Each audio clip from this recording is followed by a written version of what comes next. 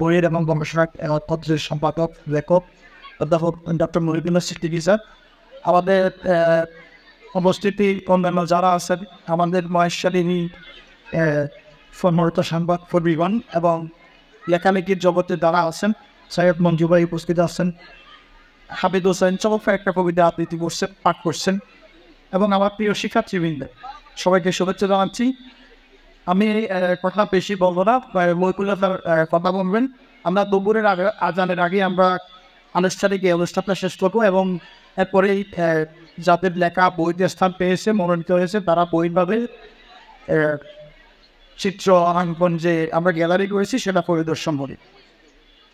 আমরা বুঝতে চাইবো সাহিত্যটা কি।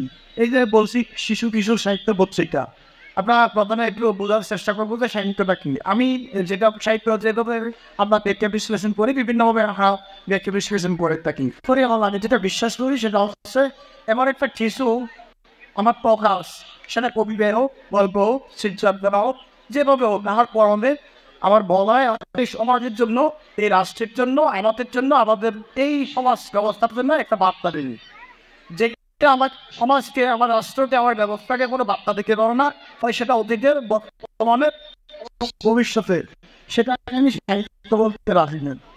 সাহিত্য এমন একটা বিষয়, সেটা যে কোনো কিছু নিয়ে হবে। থিওলজি একটা সাহিত্য, বিজ্ঞানের একটা সাহিত্য, একটা সাহিত্য, কবিতার একটা সাহিত্য, আমার চিত্রাঙ্কন যেটা করছে এটার সাহিত্য। প্রজন্মকে আমরা যদি আমাদের মননশীলতা, আমাদের সৃষ্টিশীলতা আনতে পারি, তাহলে আর মনে হয় আমাদের ভবিষ্যৎ খুব অন্ধকার।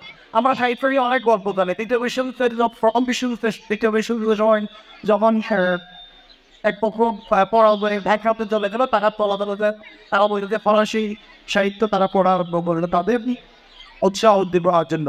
আমরা ইতিহাস জানবো ঐতিহাসিক সাহিত্য থেকে, বিভিন্ন রকমের সাহিত্য আছে, সাহিত্য সমালোচনা আছে। কিন্তু আমাদের যে ভালগুণ, এটা আমরা চেষ্টা করেছিলাম আমাদের যে বাচ্চারা, আমাদের শিশুরা আছে, তাদেরকে বলছিলাম যে যেটা খুশি সেটা করো। আমি বাইরে গেছি না, আমি ওই যে আমাদের অভিষেকের বসার সময় জয়চিত্রী করে স্টার্ট করছিলাম। আমি এখানে এটা সব কিছু করছি, আবার কোনো কিছু করি নাই। আমি একটা সক্ষ, এখানে আমার একটা সিদ্ধান্ত আমার মতো আমাদের সাবাজি নাই, কেন দিন নয়। আমি চাইছি এটা তারা যা খুশি সেটা করুক, সেখান থেকে তারা শুরু করুক। এবং একটা পর্যায়ে গিয়ে তারা একদিন এখান থেকে একটা মহেশাম লিখে আসবে, একজন কবিতা লিখবে। সেমন একটা ভালো লাগলো যে মানুষ কবিতা দিয়ে আদান বলবো যে মানুষ কবিতা দিয়ে আমার চমৎকার লেগেছে, হয়তো সেইটাই পড়ছেন। আরও কিছু অনেক কবিতা আছে, অনেক গল্প আছে, আপনি আশ্চর্য হয়ে যাবেন। এখানে সে ব্রহ্মণ নারীগুলো কত সুন্দর করে লিখছে, কবিতা লিখছে অনেক সুন্দর করে, চিত্রাঙ্কনগুলো মনের অভিবেশে। আমি এগুলো বাছাই করতে গিয়ে আমি ছবি এখানে আমাদের বইতে আসতাম পেয়েছে 36টি, আমি 400+ ছবি আমরা পাইছিলাম চিত্রাঙ্কন। কিন্তু কোনটা বাছাই করবো, কোনটা আমি সবগুলো পারি নাই আসলে। ভাবতে হলে আমাকে এটা 1000 পৃষ্ঠা বই দিত, এটা 244 পৃষ্ঠা একটা বই আমরা করেছি, শুরু করেছি। তো বাছাই করতে গিয়ে কোনটা পার দিব আমি, তা আমরা এখানে বাছাই করতে গিয়ে আমি বক্তব্য দেবো না, এখানে কিছু পরিচয় দিব। আমরা সেইটা এই যে মননশীলতাকে আমাদের শিশু থেকে তুলে আনার জন্য সবাই চাকরি করবে না, সবাই ব্যবসা করবে না, কেউ করে লিখবে, কেউ করে সমাজের জন্য লিখবে, কেউ সমাজের জন্য বলবে।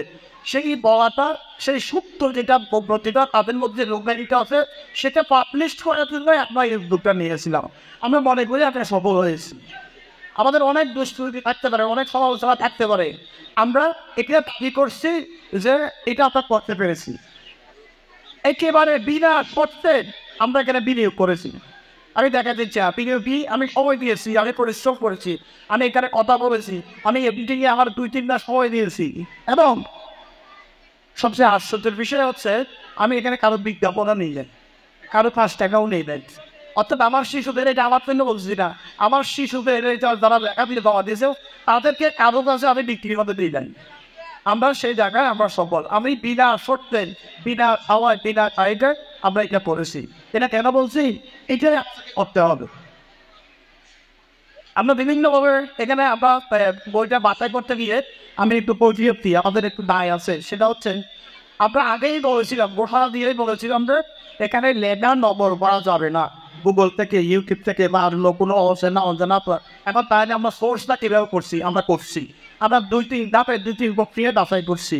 আমরা গুগলে গেছি, ট্রান্সলেট করছি, আমরা ইউটিউবে গেছি, আমরা এআইতে গেছি, আমরা চ্যাটজিপিটিতে গেছি। যাওয়ার পরেও সর্বশেষ যেটা করছি আমি আমার কমন সেন্স অ্যাপ্লাই করছি। সর্বশেষ যেটা করছি আমাদের যদি মনে হইল যে এই স্ট্যান্ডার্ডের একটা ক্লাস 3 হিসেবে, ক্লাস 4 হিসেবে, ক্লাস 6 হিসেবে এটা তার পক্ষে লেখা সম্ভব না। আমি তো এই গ্রামের এই আলোবাদ সে বড় হয়েছি, আমি তো বুঝি আমি কি পারবো। আমার কাছে যদি মনে হইল যে এটা তার পক্ষে লেখা সম্ভব না, এটা কারো না কারো সহযোগিতা নিজে অথবা একটা লেখার সাথে তার ইমিডিয়েট বড় ভাইয়ের লেখার সাথে বড় বোনের লেখার সাথে অস্তকারী লেখার সাথে মিল আছে, সেটাও আমি বাদ দিছি। আমি এখানে মৌলিকত্ব আনার চেষ্টা করছি। কেউ যেন একটা শব্দ এখানে আর্টিফিশিয়াল আরেকপাশ থেকে লেখা এটা কপি করা না হয়, সেটা তাদের নির্মিত হওয়ার মহাপ্রার্থী। আমরা ভবিষ্যতে এটাও বহত রাখবো এবং সবাইকে আবারও উত্তর বলতে আমরা বই লেখা দিয়ে যাবো। লেখা বাসায় আমরা কিছু বাদ পেয়েছি, টেবিল নকলা যাচ্ছি। এই বইয়ে কী আছে আমরা বলছি। আমরা এই বইয়ে মূলত কবিতা আছে আমার অনেকগুলো। তো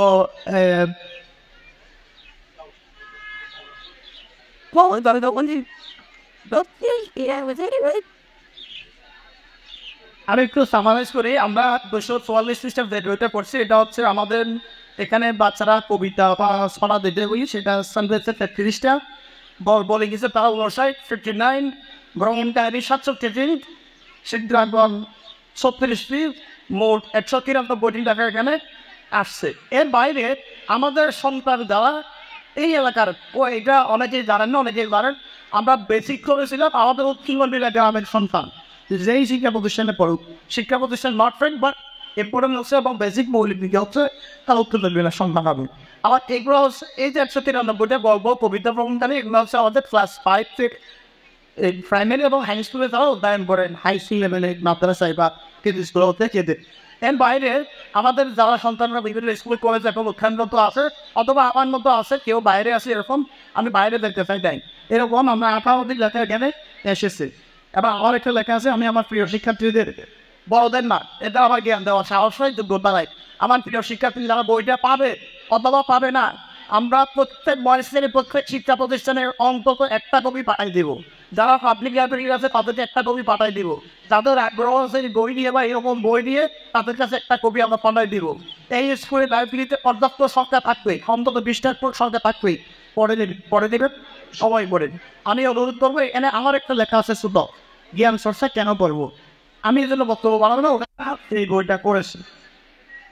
এগুলো হচ্ছে আমি কৃতজ্ঞতা জানাচ্ছি। তাদের বইয়ের প্রচ্ছদটা বই দিয়েছেন আমাদের ছোট ভাই খালেদ মোশাররফ, পরে মহেশখালীর বাসিন্দা। সে বিনা মানে পারিশ্রমিক না নিয়ে সে কাছে কৃতজ্ঞতা জানাচ্ছি মঞ্চ থেকে। আমাদের শিক্ষকদের অনুরোধ করবো এইটা মনে রাখতে হবে। আমরা সব পারবো না, আমি পুরো বাংলাদেশ পারবো না, পুরো মহেশখালী আমি পারবো না, আমি আমি পারবো না। আমি চেষ্টা করবো আমার ভোটটা শুরু করার জন্য, আমার নতুন মহিলা দিয়ে শুরু করার জন্য। আমি এখানে আমাদের যে বিদ্যালয়ে আমরা এখানে বিশাল একটা লাইব্রেরি করে দিয়েছি। আমি আমার স্টুডেন্টরা শুধু আশেপাশে যারা আছে সবাইকে বলবো পর্যাপ্ত বই আছে। এই সপ্তাহে গত মাসেও বাংলা একাডেমিক প্রায় 122টা বই আমরা এখানে এনেছি। আরও বই আসবে, বই পড়তে হবে। এগুলো সবাইকে আমি অনুরোধ করবো। এটাকে আমাদের ভবিষ্যৎ কী, আমাদের ভবিষ্যৎ হচ্ছে আমরা চাইবো এবং দৃঢ়ভাবেই চাইবো, আমি প্রতিজ্ঞা করছি প্রতি বছর অন্তত এই একটা সংখ্যা আমরা বের করার জন্য। তবে আমার একটা পক্ষে সম্ভব না, যে পরিশ্রম গেছেন আমি কারো কাছ থেকে অর্থ সহায়তা পাইব না, সেটা না ব্যবস্থা আমরা করতে পারবো। কিন্তু এখানে আয়োজন লেখা যেমন আমরা রাত লেখা কালেকশন করছি, রাত লেখা বলতে সাদা কাগজে লিখছে, হাতের লেখা। আমরা অনেকে লিখছে, আশ্চর্য হয়ে যাবেন, মানে অপর পৃষ্ঠায় আছে সে ছবি আছে অথবা অন্য লেখা আছে, রাত একটা কাগজ, এক পৃষ্ঠা কাগজ। এগুলো আমাদেরকে প্রতিটা শব্দ প্রতিটা অক্ষর এগুলো আবার লিখতে হয়েছে।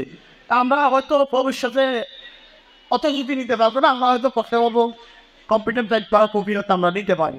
এটা আমার বলবো চালিয়ে যাওয়ার চেষ্টা করবো। পারবো কিনা আমি জানি না, এরকম অনেক হয়েছিল চলে গেছে, আমরা পারবো কিনা আমি জানি না, আমিও চেষ্টা করবো পাওয়ার জন্য। তবে আমি এটির সাথে আরেকটু যোগ করবো, আমি চাই ব্যক্তিগতভাবে আমি আন্তরিকভাবে চাচ্ছি, সেটা হচ্ছে মহেশখালীর প্রত্যেকটা অঞ্চলের অন্তত মহেশখালীর প্রত্যেকটা শিক্ষা প্রতিষ্ঠানে এরকম একটা বই বের হোক।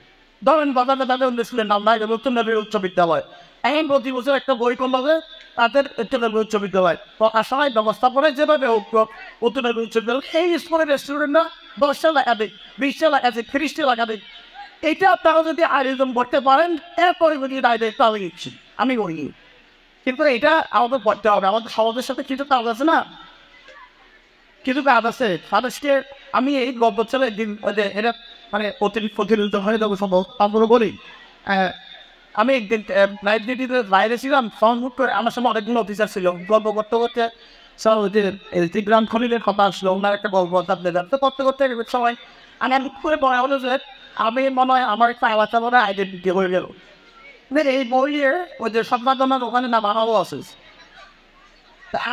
30 বছর পরে 40 বছর পরে 50 বছর পরে আমি মরে যাবো এই বইটা যদি কেউ একটি হাতে নেয় হাতে পড়ে হাতে যায় তাহলে এটা আমার নামটা দেখতে তাহলে এই লোকটাকে হয়তো অনেকে চিনবে 50 বছর পরে 100 বছর পরে অনেকে হয়তো চিনবে না তখন খোঁজ পাবে তখন আমি এইভাবেই টাইপের করতে হয়তো বেঁচে থাকবো আমি গগনের লোক এভাবে এখানে এই জন্য করছি যে আমাদের প্রত্যেকের এভাবে বেঁচে থাকার একটা অবলম্বন সৃষ্টি করা মানে বিনা সত্ত্বে পাওয়ার আশা না করে অনুন্নয়ন খাতে দেয় আর কি এরকম কিছু কাজ করতে হয় সেটা কোনরা যদি এই ইউটিউবে আমি আমার সর্বোচ্চ আমরা আমাদের প্যানেল যা আমি আমার সর্বোচ্চ সহযোগিতা আমরা করবো এইগুলো নিয়ে আমাদেরকে বেঁচে থাকতে হবে আমরা আমাদের শিক্ষার্থীদের অনুরোধ করবো অত্যন্ত থাকেকার এবং অত্যন্ত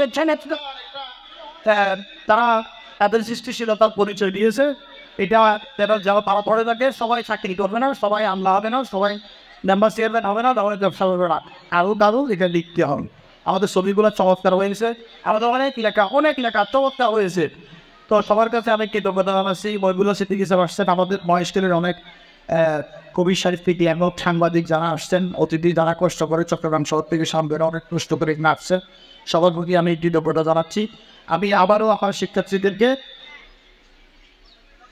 সাহিত্যের সাথে পড়ালেখার সাথে সৃষ্টিশীলতার সাথে থাকার জন্য বিনীত অনুরোধ করে এবং আমি আগেও বলেছি এখনও বলবো প্রতিদিন বলবো সে একই কথা আমরা যে যে ধর্মে আছি সেই ধর্ম বিধিবিধান আপনার মেনে চলবো আমি ওয়াদা বাড়াচ্ছি না সেটা বলবো না আমি সে বিষয়ে অনুরোধ করবো আপনার ধর্মের বিধিবিধান পালন করবো আমরা মা বাবা এবং শিক্ষক আমি আগে বলছি এই দুইটা প্রাপাতি শুধু নিঃস্বার্থভাবে আপনার উপকার চাইলে এদের কথা শুনলেও মিথ্যা কথা বলবো না লোক সম্বরণ করবো আমরা মা বাবা টিচারের শিক্ষকের কথা শুনবো ধর্মীয় বিধিনিষেধ পালন করবো সবার প্রতি কৃতজ্ঞতা আন্তরিক ধন্যবাদ জানাচ্ছি আমাদের আরেকজন আমাদের সহযোগী ছিলেন ওয়াহাব হোসেন বিদু সবাইকে সালাত করেছেন তিনি বিশ্বের পরে বাংলাদেশে আসার পরিকল্পনা করেছেন আসলে আমরা সবার সাথে ইনশাল্লাহ কথা হবে আমরা আরও কিছু কাজ আমাদের পাখিতে গেছি সবাইকে ধন্যবাদ